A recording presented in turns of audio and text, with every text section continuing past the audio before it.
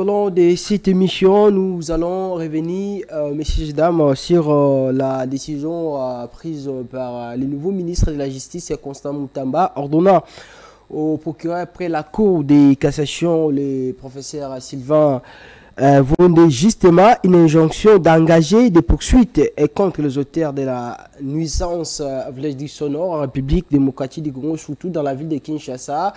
Vous le savez bien, vous ne pouvez pas passer certaines avenues à Kinshasa pour la majorité sans pourtant atteindre un volume un peu abyssal de la musique au sein des églises, mais aussi des bars. Ce sont des choses que certains citoyens congolais ont toujours déploré, ont toujours dénoncé. Certainement, cette fois-ci, ça pourrait apporter quelque chose de nouvel au niveau de la sanction.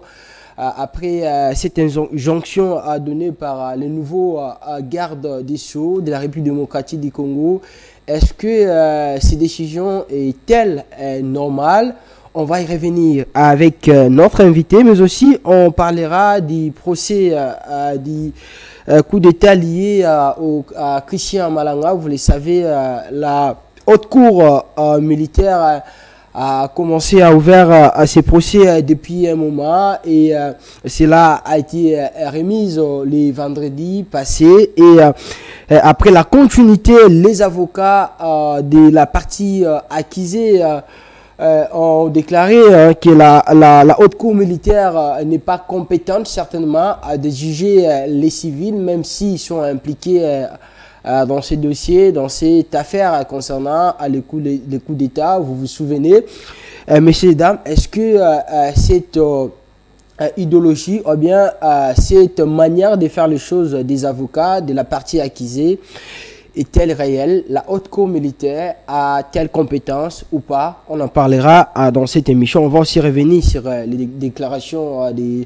Vital Kamerhe. Vous le savez bien, lors de la clôture de la session de mars à l'Assemblée nationale, où les présidents de cette chambre a dit sans regret ni remords que les députés nationaux a comme salaire de 14 millions de francs congolais, équivalent à 5 000 $ avec tous les avantages, quand même des paroles qui fait couler beaucoup d'encre et de salive. Vous avez suivi des réactions comme celle de Martin Fayoulou qui suscite un peu des doutes dans sa manière de faire les choses par rapport à ce que Vital Kamerhe a dit, mais aussi l'Assemblée nationale qui a autorisé le procureur près la Cour de cassation de poursuivre et d'auditionner Nicolas Kazadi, ancien ministre des Finances, concernant cette affaire des lampadaires et des forages. Voilà les thématiques auxquelles nous allons aborder dans cette émission pour ces énième numéro d'interface, votre cavalcade socio-politique sur l'antenne de votre chaîne avec Maître Sédika Antoumba. Bonsoir Maître et bienvenue. Bonsoir Monsieur Daniel Roland, merci pour votre invitation.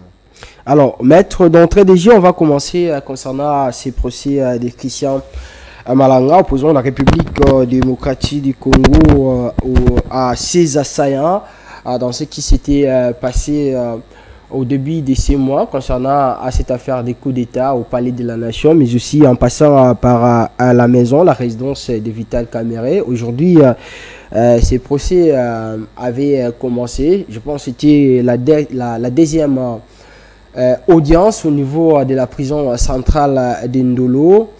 D'abord, d'une manière générale, comment vous jugez cette manière de penser des avocats de la partie accusée qui pensent que la haute cour militaire n'est pas compétente de juger des civils qui sont impliqués dans cette affaire? Merci Monsieur Daniel Roland. En fait, les avocats des assaillants de la tentative, des assaillants sur la tentative du coup d'État manqué, ont tout à fait le droit d'opposer au juge, voire au ministère public, toutes les exceptions qui leur semblent bonnes pour le déroulement de l'affaire. Et en l'occurrence, ils ont opposé au juge le moyen d'incompétence, en ce sens que ces derniers ne seraient pas compétents de juger les civils qui y sont impliqués. Parce que aussi, là, au regard de l'article 106 du Code judiciaire militaire, il est bien prévu que les juridictions militaires sont compétentes pour juger le militaire ainsi que les assimilés. Et par terme assimilé, la loi a bien précisé son contenu. On sait que l'assimilé est précisément la personne qui est soit membre de la police nationale congolaise, soit une personne qui fut bâtissière de la nation. La loi a donné des détails quant à ce. Et donc, par cette définition, nous ne voyons nulle part et nullement là où le législateur dit que par assimilé, il faut entendre un civil. De telle sorte que le juge puisse connaître le dossier, les juges militaires bien sûr, puissent juger les personnes qui seront civiles impliquées dans des cas pareils. Si nous faisons ces raisonnements, M. Daniel Roland, et si nous les laissons tels quels, nous aurions le risque d'affirmer, comme les avocats des assaillants, que le tribunal militaire de garnison, qui connaît bien le fond du dossier et qui a débuté à l'identification de prévenus au cours de l'instruction, n'a pas en réalité compétence de juger les civils qui sont impliqués dans ces dossiers. Mais les droits ne logent pas sur les principes, M. Daniel Roland, parce que les principes est celui, bien entendu, prévu par, n'est-ce pas, l'article 106. Le droit loge, bien entendu, dans les exceptions et dans le moindre détail possible. Il faut toujours se fier aux détails, M. Daniel Roland, parce que le détail cache toujours quelque chose de bon. En effet, les juridictions militaires, certes, ils ne sont pas par essence appelés à juger le civil. Mais la loi fournit quelques exceptions, M. Daniel Roland, qui sont telles que lorsque les infractions auxquelles ont concouru le civil que le militaire sont celles, n'est-ce pas, qualifiées ou ayant une nature militaire ou qualifiées d'infractions militaires, les juridictions militaires ont à cet effet la compétence de juger le civil qui sont impliqués dans la commission de cette infraction en qualité de complice ou en qualité de co-auteur. Vous voulez dire par là que les tribunaux militaires des garnisons a bel et bien compétence à juger ces civils, ces assaillants impliqués dans cette affaire liée au coup d'État? En fait, je voulais justement poser les jalons pour aboutir à une conclusion qui serait juste.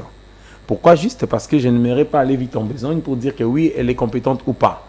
Puisque les téléspectateurs nous suivent et ils se diront même par moment, ah, mais en quoi est-elle compétente? Puisque lorsqu'on oppose à une juridiction un moyen d'incompétence, celle-ci doit normalement dire si elle l'est ou pas. Or, vous savez bien, M. Daniel Roland, que, comme je le disais tantôt, l'article 112, n'est-ce pas, du Code judiciaire militaire, précise clairement que quand le civil concourt avec le militaire dans la commission d'une infraction, laquelle infraction est commise au moyen d'armes de guerre, les juridictions militaires sont compétentes, M. Daniel Roland. Donc, ça veut dire que dans les cas d'espèce, les infractions pour lesquelles le prévenu, n'est-ce pas, ou les assaillants sont poursuivis, qu'il s'agisse de militaires ou de civils, sont des infractions commises au moyen d'armes de guerre. Et quand les armes constituent l'objet d'une infraction pour laquelle les prévenus sont poursuivis, les juridictions qui en seraient compétentes, ce ne seraient pas les juridictions civiles, ce seraient des juridictions militaires. La loi a aussi donné, en tout cas plusieurs infractions. Je vous ai dit qu'il y a 3 exceptions en la matière pour qu'une juridiction militaire se voie en réalité saisie d'une question où les civils sont impliqués et de les juger à la fois. La première, lorsqu'une infraction commise est une infraction militaire. Que vous soyez militaire ou civil, vous serez jugé, n'est-ce pas, là-bas. En matière, bien entendu, de participation criminelle. Puisqu'il faut aussi avouer que les juridictions civiles peuvent aussi juger le militaire. Mais dans quel cas, la loi a aussi précisé que les juridictions civiles peuvent juger les militaires dans l'hypothèse où ces militaires, n'est-ce pas, ont commis des infractions en participation criminelle avec des civils. Alors, dans un concours, dans le cadre d'un concours de compétences ou conflit de compétences, la loi a précisé quelle juridiction, n'est-ce pas, prime. C'est que les juridictions de droit commun, ou les juridictions civiles, bien entendu, pénales, sont compétentes de juger le militaire et les civils qui ont commis des infractions en participation criminelle. Mais si ces infractions sont celles qui prennent en compte qui ont été commises au moyen d'armes de guerre ou des infractions militaires, ces militaires et ces civils seront jugés devant les juridictions militaires, nonobstant quelques autres exceptions que la loi établit. Donc, dans le cas d'espèce, le coup d'État qui a manqué à sa perfection est une infraction, en fait, sont constitués de plusieurs infractions, mais ce coup d'État a été manqué, commis au moyen d'armes de guerre. Et quand l'arme de guerre est prise comme objet principal de l'infraction commise, donc il n'y a pas moyen de trop philosopher là-dessus, puisque les hommes militaires seront compétents. Mais j'avoue une chose, qu'il y a un autre élément qu'ils ont soulevé, c'est que là où Christian Malanga et autres là avaient séjourné dans l'hôtel, certains de ces hôtels, semble-t-il, seraient pris en, je dirais pas en otage, mais seraient saisis par les agents des renseignements qui ne veulent pas, monsieur Daniel Roland, libérer ces hôtels en disant que l'hôtel, parce que vous qui êtes le teneur, n'est-ce pas, d'une maison, d'un débit de débauche ou d'un hôtel quelconque, parce que l'hôtel peut être une auberge. Alors, quand vous avez votre auberge, votre hôtel, si et seulement si vous logez Christian Malanga et les assaillants, c'est tout à fait normal parce que votre hôtel constitue une aide qui a permis, n'est-ce pas, à ces gens d'être logés pour opérer. Il se trouve que le ministère public qui a renseigné dans son réquisitoire ou dans sa requête aux fins de fixation, on parle dans la décision de renvoi, les infractions pour lesquelles ces gens sont poursuivis, le ministère public remarquera bien entendu qu'il y a aussi les gens qui ont confisqué l'hôtel d'autrui. Mais le propriétaire de l'hôtel, il est civil, monsieur Daniel Roland. Les agents de l'hôtel sont aussi civils. En quoi les agents de l'hôtel et l'hôtel en soi, ainsi que le propriétaire de l'hôtel, sont-ils impliqués dans ces coups d'État manqués? Voyez-vous? Donc, en quoi? C'est que dans le cadre de l'instruction criminelle, il est tout à fait évident que tout ce qui constitue un moyen par lequel l'infraction pouvait être facilitée dans la commission ou l'infraction pouvait être commise, doit être d'abord confisqué, saisi selon les cas. Et donc, ce qui est tout à fait normal, monsieur Daniel Roland, que l'on puisse d'abord le confisquer. Mais peut-être me poserait la question, est-ce que ces teneurs d'hôtel savaient pertinemment bien que ces gens étaient des assaillants qui étaient venus pour tenter à un coup d'État? La question serait simple parce que le ministère public doit, quant à lui, au regard des éléments qu'il aura en présence et au regard de l'instruction approfondie, chercher à savoir l'intention coupable dans le logement de ces assaillants dans l'hôtel, n'est-ce pas, où ils ont été logés. Voyez-vous? Parce que je peux recevoir l'argent, puisqu'il faut vérifier, monsieur Roland, dans le registre de l'hôtel, dans le reçu établi par l'hôtel, si seulement les gens là avaient payé pour être logés. Parce que vous savez que l'hôtel peut constituer en réalité une aide qui cache les assaillants.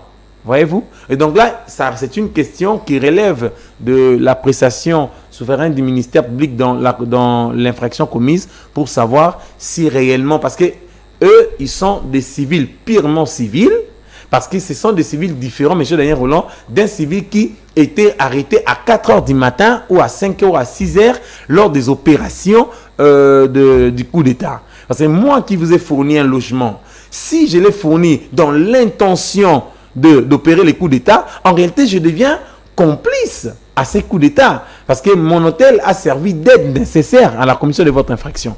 Ce qui va aussi de pair avec le civil qui ont participé. Donc, que vous ayez aidé ces gens qui ont commis les coups d'État à un logement, retenez que vous serez arrêté comme complice de la tentative du coup d'État au regard de toutes les infractions qui ont été renseignées par le ministère public. Mais c'était quand même logique pour les avocats de la partie accusée de demander la liberté provisoire pour ces assaillants.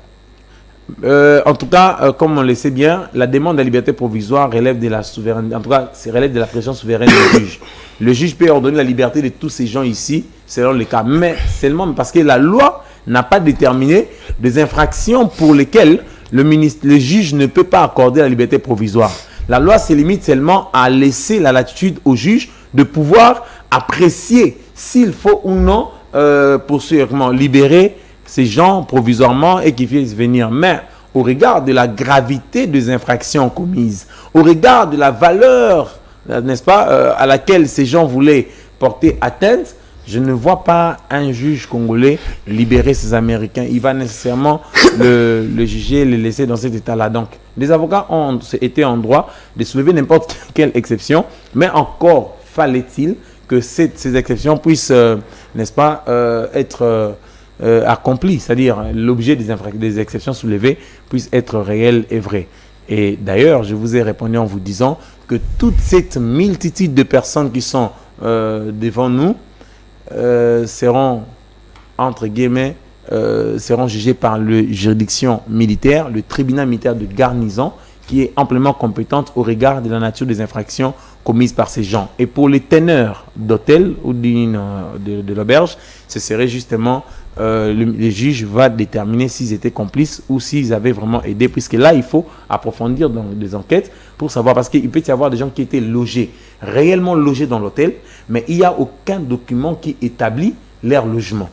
Voyez-vous? Est-ce que là, il faut attendre aussi l'avis de la Cour constitutionnelle pour confirmer que, bien sûr, le tribunal militaire de garnison est compétent pour juger toutes ces personnes? Bon, à moins que les avocats des assaillants aient soulevé, n'est-ce pas, une exception d'inconstitutionnalité sur la compétence, n'est-ce pas, parce que la loi dit nul ne peut être distrait de son juge naturel ou soustrait de son juge naturel. Ça voudrait justement dire que le ministère, les avocats, s'ils estiment qu'ils ont soulevé l'exception des compétences, le juge va répondre à cette exception des compétences. Mais le problème, c'est que pour aller à la Cour constitutionnelle, il faut qu'il y ait une exception d'inconstitutionnalité qui serait soulevée. Mais toute exception d'inconstitutionnalité n'implique pas nécessairement que le juge puisse surseoir, parce qu'il est des jurisprudences actuellement où le juge rejette sur les bancs l'exception d'inconstitutionnalité. Puisque vous pouvez bien dire qu'il y a inconstitutionnalité, mais il faut déterminer la loi violée. Et donc, ils sont en droit, en tout cas, de faire une requête en inconstitutionnalité. On va voir comment le juge va réagir. Ils sont aussi en droit de soulever une action d'inconstitutionnalité quand les jugements avant dire droit seraient prononcés par le juge sur la question relative à la compétence, parce qu'il faut dire que les règles de compétence, messieurs Daniel Roland, sont d'ordre public. Et en tant que tel, lorsqu'on soulève une action d'incompétence, le juge ne peut pas procéder. Il doit d'abord prononcer un ADD pour savoir, pour répondre à la question des compétences. Mais il faut aussi avouer que la loi n'a pas déterminé quelle est l'exception à laquelle le juge doit nécessairement répondre, puisque en matière en droit, je peux vous rassurer que le juge peut joindre toute exception au fond. N'est-ce pas, M. Daniel Roland? Comme le dit bien le Code de procédure civile, qui est le droit commun des procédures, mais seulement la Constitution de la République a posé déjà un principe sur les exceptions de constitutionnalité qu'elles ne peuvent pas faire l'objet des jonctions au fond. Elles doivent faire l'objet de la surséance. Et si on passe outre, on serait comme dans le cas de Modéon Simba, où il y a eu une exception de constitutionnalité et puis il y a eu une requête en inconstitutionnalité. Et de tout ça, si les avocats venaient à les soulever, nous allons voir l'attitude du juge militaire. Alors, on va voir l'évolution, ce que ça va donner dans la suite de ces dossiers. Est-ce que le tribunal de garnison et militaire de garnison va continuer à juger ces assaillants ou pas? On va voir l'évolution. Maintenant, Cédric, on va prendre maintenant cette affaire, ce dossier concernant Nicolas Kazadi, l'ancien ministre des Finances, aujourd'hui, dont l'Assemblée nationale a donné quand même l'autorisation au procureur après la Cour de cassation d'auditionner Nicolas Kazadi, alors que c'était demandé déjà par beaucoup. Il fallait qu'on puisse le faire pour en savoir plus concernant ces dossiers des lampadaires. Vital Caméré, dans cette clôture de la session de mars, le président de la Chambre basse l'a si bel et bien dit devant le procureur Sylvain Vondé qui était présent. Et l'Assemblée nationale a quand même autorisé ce messieurs à poursuivre, à auditionner Nicolas Kazadi. D'abord, quelle est votre opinion, quel est votre avis par rapport à ces dossiers, à cette affaire et à cette autorisation de la Chambre basse du Parlement? Merci beaucoup, monsieur Daniel Roland. En fait, il faut faciliter la main, n'est-ce pas? Il faut faciliter la tâche au procureur de la République. Je pense que le ministre de la Justice, Constant Moutamba, doit militer à tout prix que certaines infractions, en tout cas, ne puissent pas faire l'objet de certains obstacles. Je dis bien obstacles. Pourquoi, M. Daniel Roland? Parce que les immunités, l'inviolabilité, autres constituent des obstacles, n'est-ce pas, à la poursuite, ou des obstacles aux poursuites des infractions commises par ceux qui sont revêtus de la qualité officielle. Pourquoi j'ai dit ça? Parce que le fond de l'État, la prévarication, le détournement des biens publics, la corruption, la concussion, ce sont des infractions, M. Daniel Roland, qui portent aussi atteinte, n'est-ce pas, à la foi publique, à l'ordre public. Et si le procureur remarque que M. Nicolas Kazadi a commis des infractions de détournement de deniers publics portant sur la surfacturation ou cristallisé par la surfacturation de montants de forage qu'on devrait installer dans chaque province. Vous comprenez avec moi, M. Daniel Roland, qu'il est tout à fait, en tout cas, il n'est pas de bon droit que le procureur puisse être astreint à des procédures, n'est-ce pas, qui constituent des obstacles à la poursuite. Pourquoi j'ai dit ça? Pour permettre que les poursuites pour le détournement des deniers publics, M. Daniel Roland, être effectuées, il faut davantage appuyer, c'est-à-dire élaborer un projet de loi ou une proposition de loi modifiant, bien entendu, une loi en tout cas qui serait peut-être organique parce que ça modifierait ce que la Constitution a dit, modifiant c'est portant sur la procédure de poursuite des autorités, n'est-ce pas, officielles. En ce sens, que ces projets de loi ou cette proposition de loi doit nécessairement, M. Daniel Roland, poser comme règle respect des immunités et inviolabilité. Mais exception, quelles sont les exceptions aux poursuites des personnes revêtues de la qualité officielle? C'est que ces projets de loi peuvent poser comme exception toutes les fois où une autorité officielle, ministre, député, quiconque, revêtu de la qualité, n'est-ce pas, de ministre ou à qualité officielle, serait présumé impliqué dans les infractions, dans la commission des infractions de détournement de deniers publics, de concussion, de prévarication, M. Daniel Roland, que ces messieurs soient poursuivis en justice et que les enquêtes soient faites indépendamment de toute procédure préalable dépendant du Parlement ou de l'Assemblée nationale ou du Sénat selon les cas. Voyez-vous, M. Daniel Roland?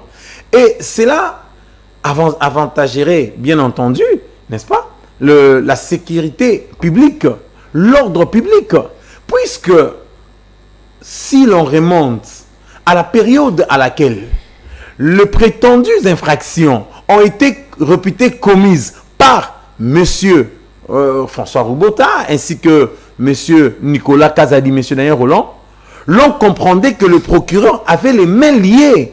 Et comme le procureur avait les mains liées, il ne pouvait rien faire. Il était pris en étau. Il est là, il reste, il attend juste l'installation du Parlement, l'installation de l'Assemblée nationale, parce que c'est lui qui est présumé avoir commis cette infraction, c'est Nicolas Kazadi, et Nicolas Kazadi n'a pas démissionné à son poste de ministre, et non seulement que les infractions sont commises sous, n'est-ce pas, l'empire de sa qualité de ministre des Finances, mais aussi il a été voté, n'est-ce pas, comme candidat député national.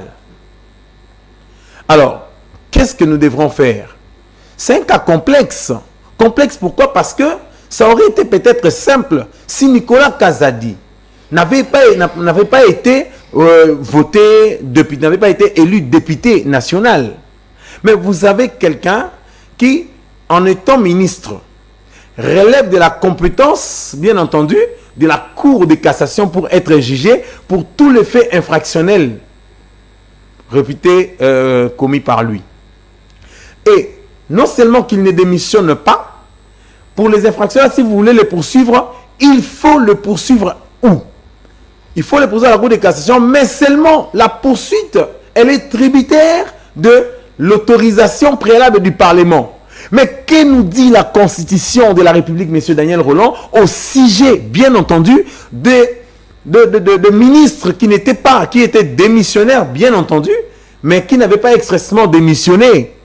Et qui, pendant l'exercice de leur fonction en tant que ministre, ils avaient, parce que le président de la République, il faut aussi l'avouer, M. Daniel Roland, avait, j'aurais appris, autorisé que le gouvernement Samaluko ne continue à exercer les affaires courantes, non? Et s'ils exercent les affaires courantes, ils les exerçaient en quelle qualité? C'est en qualité de ministre, voyez-vous. Et la gestion des affaires courantes n'exclut pas, c'est-à-dire n'éclipse pas sa qualité de ministre ou le fait qu'il aurait commis pendant sa qualité de ministre, M. Daniel Roland. Vous voyez-vous le problème qu'il y a là? C'est que vous avez un ministre qui est réputé démissionnaire, mais il a commis des faits, n'est-ce pas, infractionnels. Le procureur a découvert ces faits, n'est-ce pas, pendant un peu longtemps, parce que l'infraction a été commise il y a bien longtemps, donc ça ne s'inscrit pas dans l'ordre ou dans le cadre de la flagrance, n'est-ce pas? Mais dans le cas d'espèce, que faire?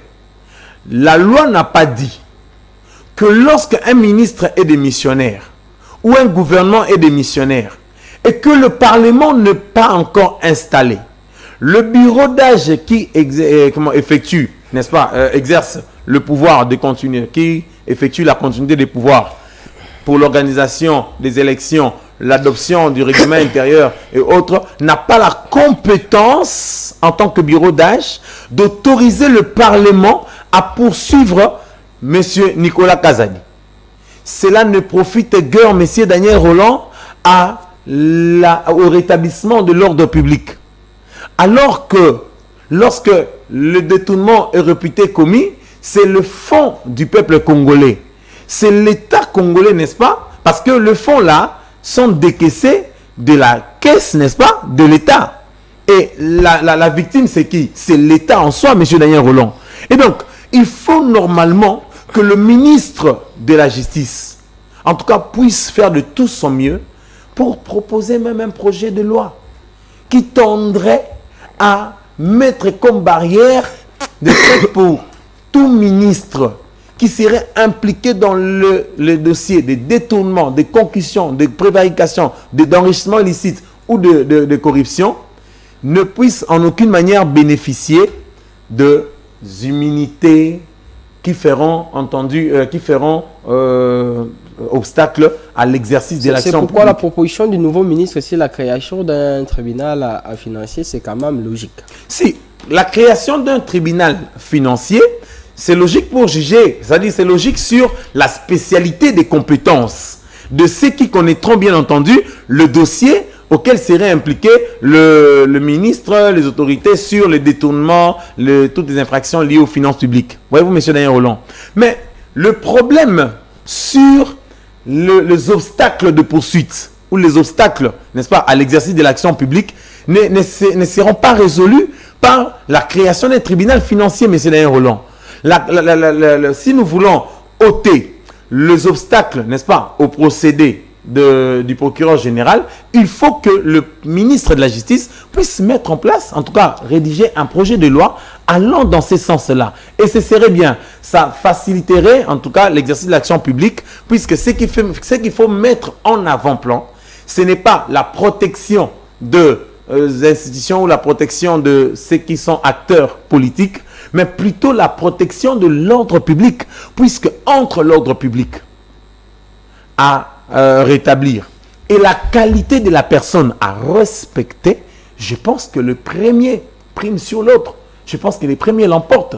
Donc, vous comprenez, M. Daniel Rolland, que, à mon humble avis, j'estime, déjà vous remarquerez, que plus les dossiers là traînaient, ça perd déjà son ampleur. Est-ce que, déjà, on a ouï dire que Bosso, la politique était suspendue. C'est lui qui faisait un peu, qui râlait un peu trop sur la chose. Remarquez après sa suspension, de Bosso, la politique. Remarquez, pendant que le procureur, n'est-ce pas, avait les mains liées, où il ne peut en aucune manière saisir l'Assemblée nationale, parce que le bureau d'âge n'avait pas cette compétence. Qu'est-ce qui est fait? Le fait perdre l'air en plaire. On n'en parle plus comme il faut. Mais ce n'est pas parce que le fait perdre l'air en plaire qu'ils perdent aussi les caractères illicites, n'est-ce pas, ou infractionnels. Ils demeurent toujours infractionnels tant qu'ils ne sont pas encore prescrits. Mais seulement le procureur, en tout cas, il faut faciliter la tâche au procureur. On sait que permettre à ce qu'il y ait une loi qui empêcherait, en tout cas, même le ministre, quand ils savent, ou lorsqu'ils sauront, que quand je suis ministre sur ma chaise de pouvoir, c'est vrai qu'en étant ministre, je ne peux pas être poursuivi n'importe comment. Parce que quand vous êtes ministre, il faut d'abord une autorisation, n'est-ce pas? Même pas autorisation de poursuite, il faut d'abord l'autorisation d'ouverture d'enquête ou d'instruction, comme le procureur l'a fait. Il autorise que les enquêtes, n'est-ce pas, il demande au Parlement ou à l'Assemblée nationale d'autoriser que le ministre, n'est-ce pas, puisse être entendu. Et voilà, je vous relance justement avant de terminer avec cette thématique. Comme Vital Kamerhe, le speaker de l'Assemblée nationale, dit que cette autorisation concerne que la période de l'instruction pour le procureur. Ça veut dire, pour le moment, le procureur n'a que la compétence ou bien son travail, c'est certainement de poser des questions à Nicolas Kazadi, de faire l'instruction. Ça veut dire, s'il faut qu'on puisse arrêter provisoirement à Nicolas Kazadi, le mettre par exemple à la prison de Makala, il faut que le procureur puisse revenir encore au niveau de l'Assemblée nationale pour avoir l'autorisation. Exactement, M. Daniel Rolland, comme vous le dites, lorsque le ministre a commis une infraction, lorsqu'un député a commis une infraction, actuellement, il y a le procureur de la République, en tout cas le procureur d'après la Cour de cassation, il fait une note, il sollicite, n'est-ce pas, l'autorisation d'ouvrir une instruction à charge de ces députés ou de ces ministres. Mais lorsqu'il ouvre, M. Daniel Rolland, l'instruction, lorsqu'il ouvre, n'est-ce pas, lorsque l'Assemblée nationale l'autorise à ouvrir l'instruction à charge de ces députés ou de ces ministres, ça lui permet de poser les actes d'instruction, parce que les actes d'instruction sont différents des actes de poursuite. Il enquête, il instruit, il entend le parti, il fait tout. De par son enquête, s'il conclut que les infractions sont effectivement commises par ces gens, qu'est-ce qu'il fait? Il ne saisit pas directement la juridiction compétente. Il va d'abord saisir l'Assemblée nationale pour solliciter l'autorisation, cette fois-ci, de poursuite. C'est-à-dire, il va poursuivre ses députés ou ses ministres. Il autorise, il demande l'autorisation et l'Assemblée nationale va nécessairement examiner encore le dossier, se comporter en un organe qui apprécie, bien entendu, l'opportunité de poursuite ou non. Je ne sais pas s'il apprécie aussi la gravité des faits. En tout cas, il apprécie le tout et puis il remarque. Donc, de toute manière, M. Daniel Rolland, je crois à suffisance de conviction que le ministre en matière de détournement si nous voulons, le Parlement a autorisé les procureurs, n'est-ce pas, à ouvrir l'enquête quant à ce, mais il n'a pas autorisé de poursuite. Et aussi, j'ai proposé au ministre de la Justice de pouvoir faire de tout son mieux puisqu'il veut mettre fin, n'est-ce pas, au détournement et autres. Tout le ministre, quand ils savent que le procureur pourrait me poursuivre ou pourrait le poursuivre toutes les fois où ils commettent des infractions liées aux finances publiques, détournement, corruption et concussion, je vous assure, monsieur Daniel Rolland, sans toutefois faire subordonner leur poursuite à une autorisation préalable du Parlement, je vous rassure que ça va aussi régler le problème. Voyez-vous, monsieur Daniel Rolland, parce qu'il faut poser des digues de protection.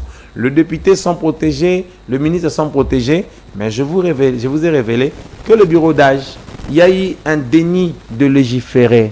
Pourquoi un déni de légiférer? Je ne dis pas un déni de justice. Déni de légiférer, pourquoi? Parce que le ministre, la loi n'a pas dit que quand le gouvernement est démissionnaire, le procureur peut poser tout acte d'instruction. Oui, monsieur Daniel Rolland, il faut normalement dans notre État qu'il y ait un texte qui pourrait dire au second mandat du président de la République que toutes les fois où un ministre, n'est-ce pas, se trouve impliqué dans des cas de détournement et autres, il perd ses immunités, il perd le bénéfice, n'est-ce pas, d'autorisation préalable. Le procureur le poursuit comme s'il s'agirait, ou il s'agissait d'une infraction flagrante. Ça va en tout cas résoudre le problème. En tout cas, c'est cela mon point de vue. Et l'institution du tribunal financier, comme vous venez de le relever, ce serait mieux. Parce que, en tout cas, le procédé de poursuite constitue, bien entendu, les obstacles majeurs à l'exercice de l'action publique. Or, le président de la République n'a pas besoin de protection, n'a pas besoin de voir être protégé les gens qui salissent ou qui jettent d'ordures à son quinquennat du second mandat. Alors, Maître Cédric, pour chuter avec cette émission, on va terminer avec cette injonction d'engager des poursuites contre les auteurs des nuisances sonores à Kinshasa d'une manière particulière, d'une manière générale, à travers toute la République démocratique du Congo, ordonné par les nouveaux gardes du Sceau, constat à Mutamba. D'ailleurs, je vais vous faire l'économie, vous lire un peu ce qui est écrit ici dans cette correspondance. Monsieur le procureur général, injonction d'engager des poursuites contre les auteurs des nuisances sonores. Je suis de ma prise de fonction submergé par des doléances de la population relatives aux nuisances sonores causées aussi par les bars terrasses que par les églises. Cette situation concerne également la cérémonie effective et funéraire. Dans la lutte contre la violation des droits voisins, il me paraît nécessaire de vous rappeler les tests applicables en matière et à la politique du gouvernement. Comment trouvez-vous ces décisions prises, ou bien cette correspondance de Constant Mutamba adressée au procureur, voulais-je dire, près la Cour de cassation pour ouvrir l'ouverture des enquêtes par rapport, ou bien poursuivre les gens qui sont les auteurs de la nuisance sonore, bars, terrasses ou encore les églises? Merci, monsieur Daniel Rolland. Je dirais à cette question, la police nationale congolaise ne nous aide pas. Pourquoi je dis ça, monsieur Daniel Rolland? Il est des questions parfois qui relèvent de la compétence de la police. En l'occurrence, la loi existe. La loi qui punit le tapage nocturne existe, monsieur Daniel Rolland. Parce que, bien entendu, le ministre n'en a pas relevé les dispositions légales, n'est-ce pas, qui prennent en charge cette question des nuisances sonores, parce que c'est bien, il a bien dit qu'il est beaucoup saisi sur la question de nuisances sonores, mais il aurait bien entendu aussi fondé son pouvoir sur le fait que ça constitue une infraction. Parce que, à première vue, monsieur Daniel Rolland, le procureur ou le parquet en général est sous l'autorité du ministre de la Justice. c'est prévu par la loi, c'est-à-dire c'est normal que le procureur puisse enjoindre au procureur, à n'importe quel procureur en tout cas, parce que le parquet est sous son autorité, procureur de la République, procureur pour la Cour d'appel, procureur pour la Cour de cassation, de telle sorte que celui-ci qui a la plénitude de l'action publique puisse faire régner l'ordre et la discipline en cette matière. C'est pourquoi il était en droit d'enjoindre au procureur, n'est-ce pas, de prendre des mesures appropriées ou idoines sur la nuisance sonore. En réalité, la nuisance sonore, parce que le peuple congolais a aussi droit à la tranquillité et au calme, ainsi qu'au repos. Et la nuisance sonore, M. Daniel Rolland, de bars et des églises, n'est-ce pas, porte atteinte à cette valeur, la tranquillité qu'on doit accorder à chaque citoyen, ou le calme ou le repos qu'on doit assurer à chaque citoyen. Mais je m'en vais aussi ajouter une chose, M. Daniel Rolland. La nuisance sonore, bien entendu, elle a, je dirais, deux approches. La première est celle qui cristallise, n'est-ce pas, le tapage nocturne. Et la deuxième est celle qui cristallise le tapage diurne. Et le tapage nocturne, bien entendu, est prévu par la loi. Mais est-ce que devrions-nous appliquer le tapage nocturne sur le tapage diurne, parce que l'infraction porte sur le tapage nocturne? C'est simple.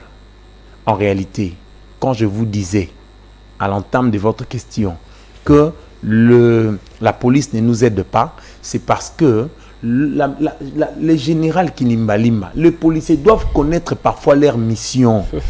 Parce que s'ils connaissent leur mission, que c'est de rétablir l'ordre dans la République, d'établir et de rétablir l'ordre, ils vont nécessairement rechercher deux infractions. Lorsqu'ils remarquent qu'il y a un édit, parce que Kimbuta à son époque, je crois qu'il avait pris, il y a un édit d'abord, de 2018 en moins que je m'en abuse, qui interdit le tapage diurne.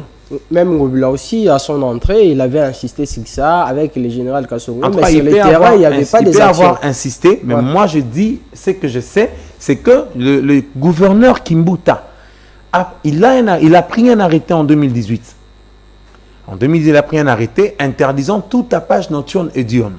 C'est vrai que le tapage nocturne constitue une infraction, prévue par la loi, et assortie d'une peine aussi.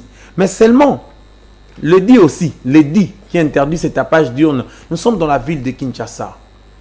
Lorsque le ministre, c'est un ministre du pouvoir central, quand il prend une décision comme ça, c'est une décision qui concerne toute l'étendue de la République, M. Daniel Rolland.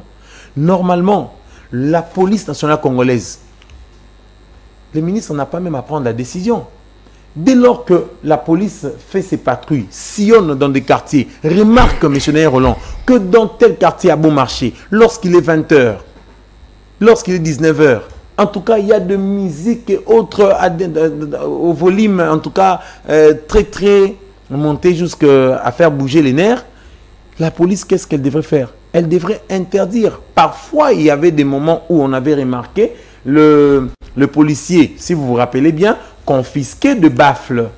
Vous vous rappelez, je crois bien. Il confisquait de baffles et de barres pour les astreindre à respecter les mesures ou à respecter le calme et la tranquillité d'autrui.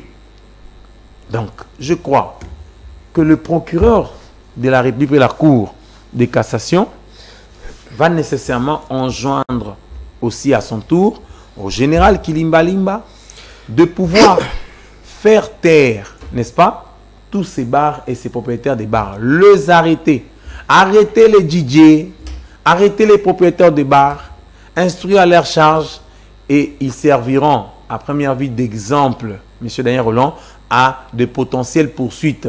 Et les autres tenanciers de bars et des hôtels, des bars, des églises vont nécessairement éviter de troubler la tranquillité, le calme ainsi que les repos d'autrui. Donc, le ministre est à féliciter par la mesure qu'il a prise. J'aurais encore bien voulu. Vous voyez, ce qu'il a pris, il sert d'exemple. Que le gouverneur, parce que nous sommes aussi dans la ville de Kinshasa, qui a le statut d'une province. Vous avez un gouverneur. Le gouverneur venait d'entrer. il doit avoir des bons conseillers, M. Daniel Roland. Lesquels conseillers doivent dire à M. Daniel Bumba, non, non, en tout cas, dans la ville de Kinshasa, moi, un jour, je fais un tour à Kouilou. En tout cas, je me dis, bon, peut-être parce qu'il n'y a pas trop de bars, mais j'ai remarqué qu'il n'y avait pas trop de bruit. Vous voyez, qui dérangeait la nuit comme la journée. Peut-être parce que là-bas, on est dans une province apparence d'un village.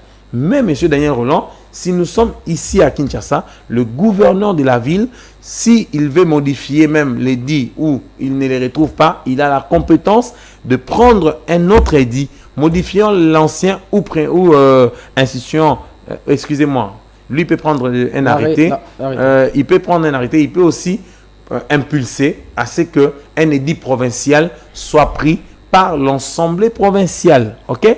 C'est-à-dire le président de l'Assemblée provinciale peut aussi nous aider. Le gouverneur peut prendre aussi un arrêté interdisant le fait de jouer de musique à des volumes exponentiels ou considérables. Alors maître, prochainement, avant de chuter avec l'émission, prochainement on va revenir avec vous parce qu'une autre décision prise par Constant Moutamba, une autre injonction donnée au procureur après la Cour de cassation, c'est l'injonction d'engager des poursuites contre les auteurs des pratiques déviantes à caractère sexuel et homosexuel. On va en parler prochainement à long et large parce qu'il y a ce débat qui s'est fait aujourd'hui. J'ai vu même à l'un des acteurs de la société civile qui a réagi pour dire que les ministres, au lieu de prendre cette injonction d'ordonner, il devrait carrément passer par une loi pour essayer un peu de légiférer ou bien de bien faire les choses. C'est préparé, c'est déjà annoncé, donc prochainement on va y revenir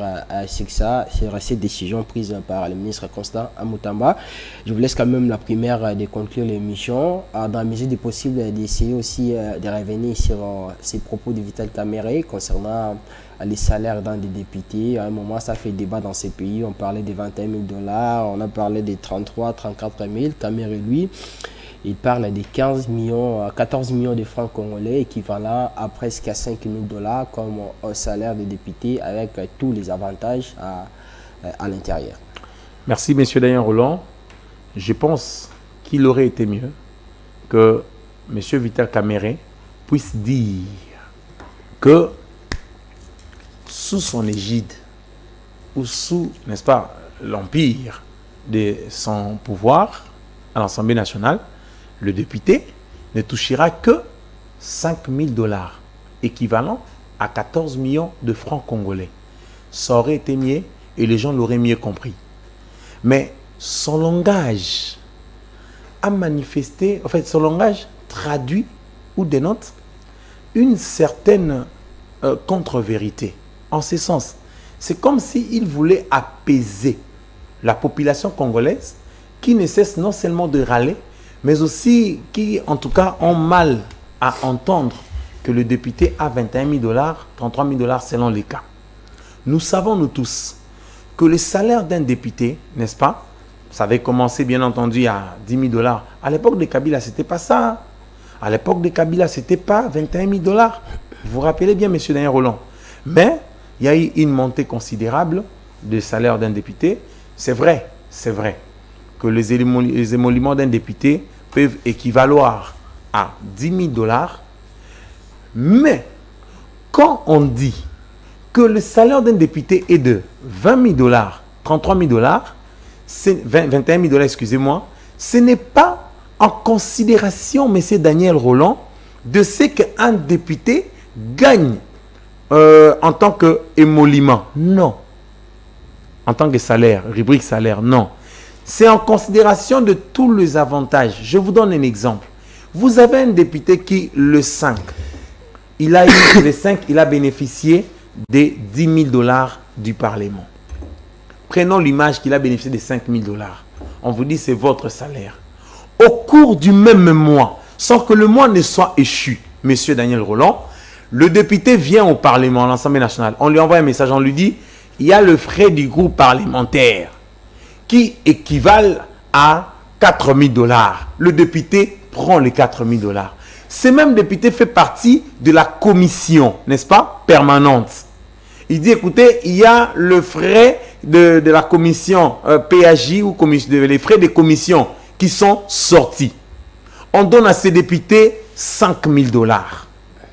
Si vous comptez, par exemple, à part de réserve, parce que vous comptez le somme d'argent qu'il a bénéficié au cours du même mois comme salaire, au début du mois, on vous dit que prenez 5 000 $, n'est-ce pas, ou 14 millions de dollars comme rubrique salariale. Il a pris 10 salaires. Le 7, on l'appelle, ou le 10, on lui dit prenez 5 000 $ comme frais de groupe parlementaire. Prenez 7 000 $ comme frais de commission permanente auquel, n'est-ce pas, il participe. Et prenez aussi, M. Daniel Rolland, 2 000 $ pour telle somme. Lorsque vous calculez toutes les sommes que ce député a bénéficiées au cours du même mois en intermittence, vous réaliserez que le calcul avoisine 21 000 $. C'est ça le problème. Voyez-vous? Maintenant, si nous nous en tenons à la seule rubrique salariale, on aurait le risque de dire qu'il bénéficie 5 000 $, 10 000 $ ou 9 400 $. Voyez-vous, M. Roland, ce serait un problème, ce serait une conclusion erronée. Donc, pour ne pas m'attarder là-dessus, okay, pour vous, Kamere devrait carrément dire que sous mon égide... Très bien. Il devrait dire sous mon égide, le député ne bénéficiera que de 5 000 $, tout avantage compris. On aurait aussi compris. Parce que son message a laissé transparaître à l'idée que tant le député, n'est-ce pas, qui venait de partir, enfin les députés sous le régime de Mbosso, ils prenaient 5 000 $ et que la réputation notoire qu'on a sur les salaires de députés n'est qu'une contre-vérité, un mensonge. Alors qu'en réalité, s'il disait les choses de cette manière-là, ce serait comme s'il nous trompait, alors qu'il n'a pas à duper quiconque, M. Daniel Rolland. Donc, je vous avoue que le député, déjà, même tous ces députés ici savent, à part ça, il y a la rubrique qu'on appelle invisible. Les invisibles sont connus par qui, M. Daniel Rolland? Vous voyez, les invisibles ne sont pas renseignés. Et déjà, lorsqu'un député te prend le somme de groupe parlementaire, le somme de commission et d'autres avantages, excusez, connexes, dans le document, je vous donne un exemple, un député peut aller à la banque, prendre un crédit. La banque va demander, bien entendu, M. Daniel Rolland, un document qui reprend le rubrique salarial des députés. Le Parlement ne renseignera pas M. Daniel Rolland sur ces documents-là, les sommes qu'il gagne dans les groupes parlementaires, dans la commission et les invisibles. Il ne les dira pas. Donc, vous comprenez que pour que l'on croie à ce que M. Vital Kamerhe disait, il fallait bien entendu qu'il dise que sous son égide, ils bénéficieront de ces montants-là. Et d'ailleurs, le budget à venir va, n'est-ce pas, nous permettre de déterminer la véracité de ces allégations, puisqu'il a dit qu'en aucun cas, ils saisiront le Premier ministre pour solliciter l'augmentation de ces sommes. Donc, on comprendrait, si en tout cas c'est la stratégie du président de la République, ce serait mieux, parce que le peuple est en train de mijoter dans le chômage des masses. Ce ne serait pas bon qu'on puisse assister à des gens qui bénéficient de 33 000 $. Mais quel est le taux du SMIG, le salaire interprofessionnel garanti, pour le jour, pour un Congolais? C'est combien? Combien un Congolais peut vivre avec pendant une journée? Voyez-vous, M. Daniel Rolland?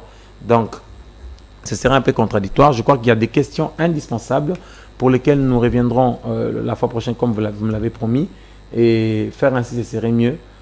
Vital Kamerhe, s'il aimait, n'est-ce pas, il prend comme fourchette salariale de tous les avantages 5 000 $. Je crois que beaucoup de gens vont désister à postuler comme député au regard des dépenses dispendieuses qu'ils engagent pour devenir député. Merci beaucoup, M. Sidi. C'est un réel plaisir une fois encore de vous recevoir sur ce plateau. En tout cas, c'est moi qui vous remercie, M. Daniel Rolland. Je m'excuse pour le retard, mais je vous remercie. Merci à toutes et à tous de nous avoir suivis. À la prochaine pour un autre numéro de cette émission. Restez toujours fidèles.